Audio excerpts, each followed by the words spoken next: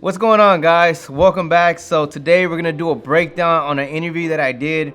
If you guys have followed my channel for some time, you guys know that I shoot music videos and I do weddings, a little bit of everything, but interviews I don't really do as much. And I did this interview with my boy John.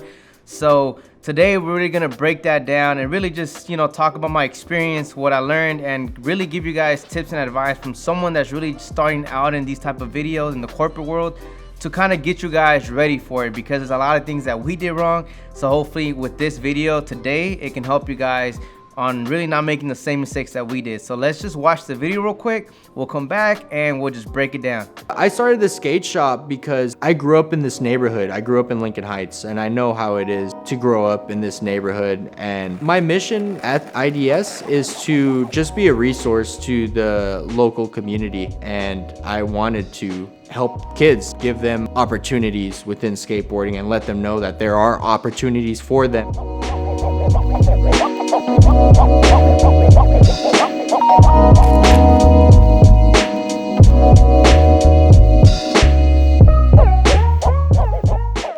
My name is Adrian Morales. I am the owner of Inner City Deck Supply, IDS for short, here in Lincoln Heights. All right, so you guys saw the interview, the video. It was a quick 40-second or so, really just to, show you guys a little snippet of it. Obviously, it's still a long way to go. We're gonna make this video about 3 minutes long. We still have a second day to shoot for it. So that was just like a little snippet for you guys to see. If you guys did like it, stick around, because I'm gonna give you guys a lot of advice. But before we get started on all the mistakes and anything that I've learned throughout this process, is really let's break down the gear that we used for this interview setup. So we had two Sony a7S III cameras. One Sony had the Sigma 85mm 1.4 lens, and the other Sony had the G Master 24mm 1.4 lens. So those are two camera setups. I wish I had a slider for one of them, but of course I don't really shoot these type of videos, so I didn't have a slider with me at the moment. We really used two tripods, and that's really like just in case I wanted a jump cut. But of course, if I was to give you guys a suggestion, I would highly recommend for that second angle to have that slider, because it just creates a lot more production value to the video. Now, as for the lighting setup, we used two lights, three lights, I guess, in total. So we used the Aputure MCs. We used three of those little small ones. They were in the back. I did a tungsten lighting, very subtle, nothing too big. I really wanted just to, and I did it where the skateboards were at when he was getting interviewed, just to kind of give it a pop, a little separation back there, because it was a little dark. It was very subtle, if you guys noticed it. And we used the Nanlite mix panel as a backlight or as a hair light in order to give them a little separation, and kind of to also light up the background a little bit more. I didn't want it to be too dark. And the key light that we used to basically light up the subject that we had was the Forza 300B, and I used the Westcott Rapid Box, the soft box, in order to give them a soft lighting in the front. That was the key light, and we did use a grid to control the lighting in order for those little MCs to really pop out a little bit more for the interview portion of this video. Now, as for the audio, let's get started. So the recorder that we used was the Zoom H4n Pro, and the mic that I had connected to that through phantom power was the Sennheiser 600. The audio sounds crisp. I didn't really do anything, honestly.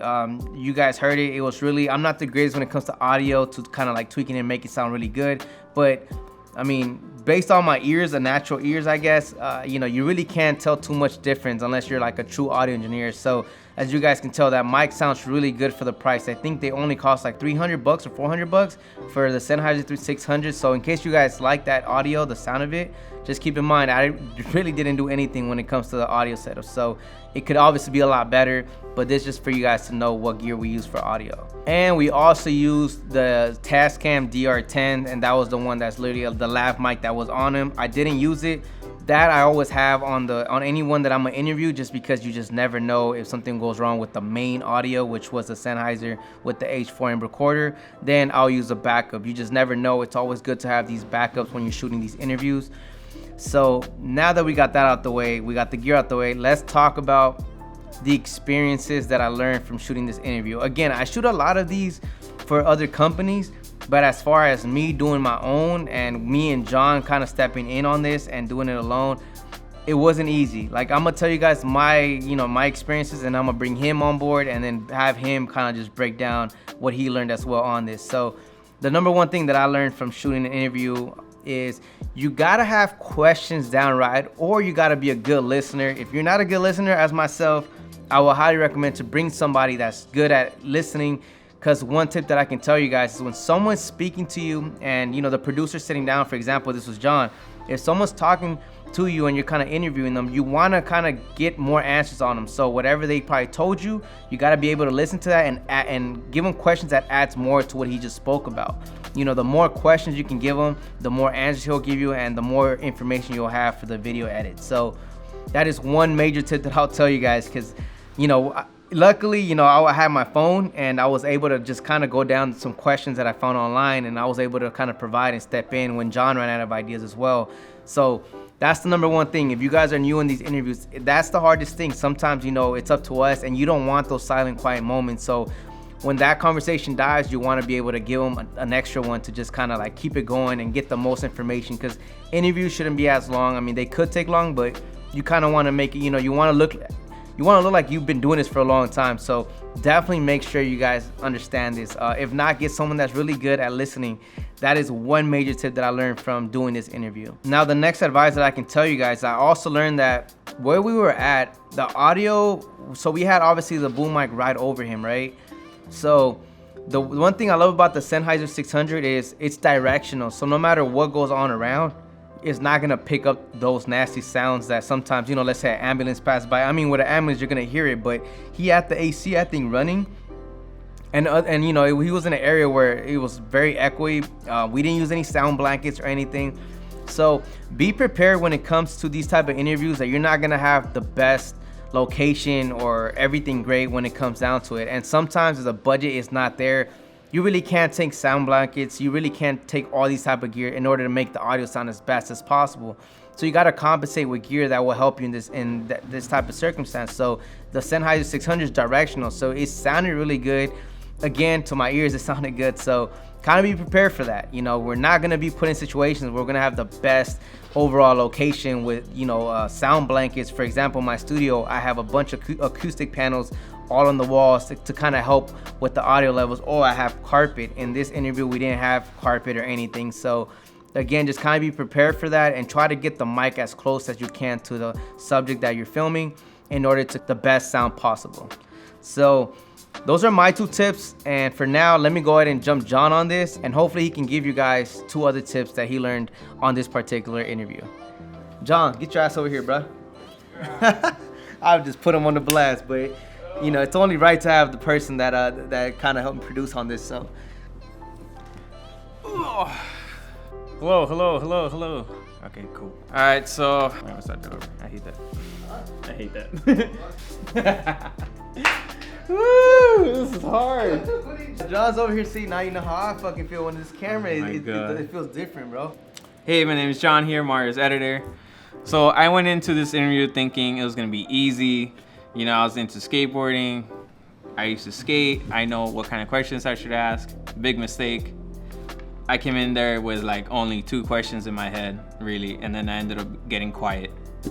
And then luckily Mario was in the back with his phone, you know, ready to go with some questions that he found online. You know, he told me like just ask him. So I ended up asking him.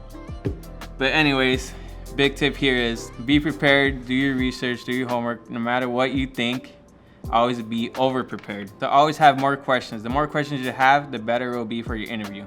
Those are really the mistakes that you guys are gonna experience as your first time. So just really make your homework on that end. My mistake was I got so excited with lighting and audio because I do YouTube. So I'm like, you know, the audio is gonna sound pretty crisp and the lighting is gonna be pretty dope. But I didn't account the main things as far as we needed an actor for him basically selling a skateboard or making a skateboard or something, right? Just to kind of enhance the story, grab some of that B-roll. Thankfully, a customer came in the store when we were done wrapping up with the filming. So there's a lot of these key things that you guys really gotta account. Now, I will be doing a lot more of these going forward, so I will be breaking down other mistakes that I've done, but really just be prepared. That's all I can say. If you're a good gaffer, director, whatever the case is, that doesn't mean you're gonna be a good person when it comes down to these interviews. I'm a big victim of it. You know, I thought, oh, I'm a good director, I'm a good filmmaker, I'm good with lighting.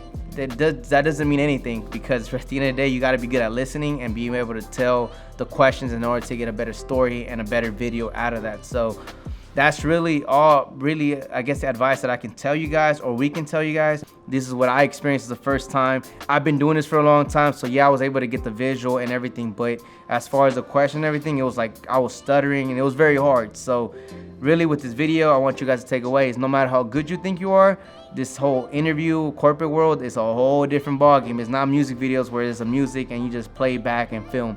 This whole interview, you gotta be really good at what you're doing in order to really make the money in this, because it's really hard. Hopefully the advice and tips we gave you guys was enough to help you guys on your, whether you're doing your first, your second shoot and you maybe didn't know about these mistakes. We'll catch you guys on the next one. Appreciate you guys. Like this video if you guys find it helpful. I'll catch you guys on the next one. Peace out. I was thinking like, fuck. How do you do this? Oh my god. You guys did not notice, so you guys are not gonna see these fuckos, but I put him on the spot. He didn't even know he was gonna be part of this YouTube video. Oh my god. And now he's like struggling.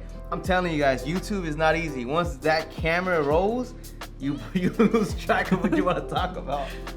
He's experiencing it right now. This is his third take. Come on, bro. Fourth take. Let's get it. Hey, my name is John. So one advice I could give you guys is, fuck. Fuck, dude. I hate this. He's like, this is not it. All right. Take 20.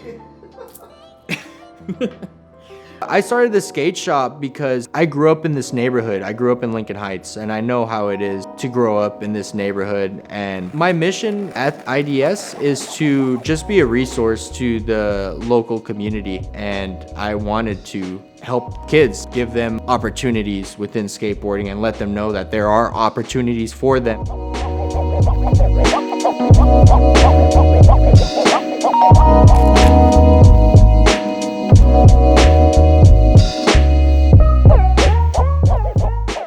My name is Adrian Morales. I am the owner of Inner City Tech Supply, IDS for short, here in Lincoln Heights.